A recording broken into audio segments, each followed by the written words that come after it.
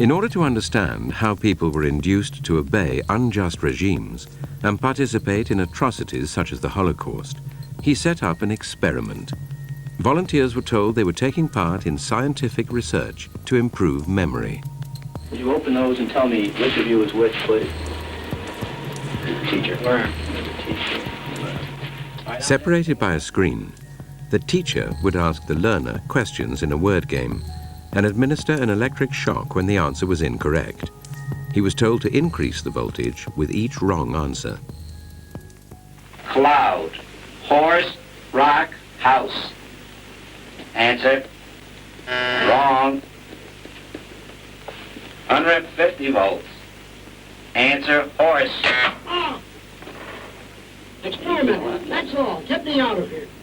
Get me out of here, please. Continue, please. Go right on. I refuse to go on. Let me out. He refuses to go on. The experiment requires you continue, teacher. Please continue.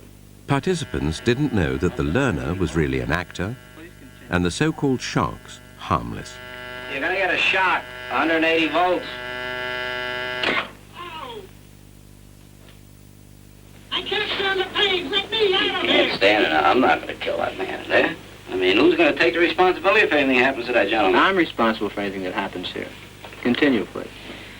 All right, next one. Slow. Walk, dance, truck, music. Two-thirds of volunteers were prepared to administer a potentially fatal electric shock when encouraged to do so by what they perceived as a legitimate authority figure. In this case, a man in a white coat. 375 volts.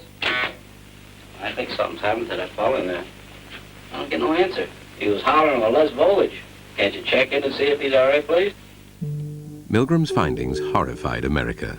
They showed that decent American citizens were as capable of committing acts against their conscience as the Germans had been under the Nazis.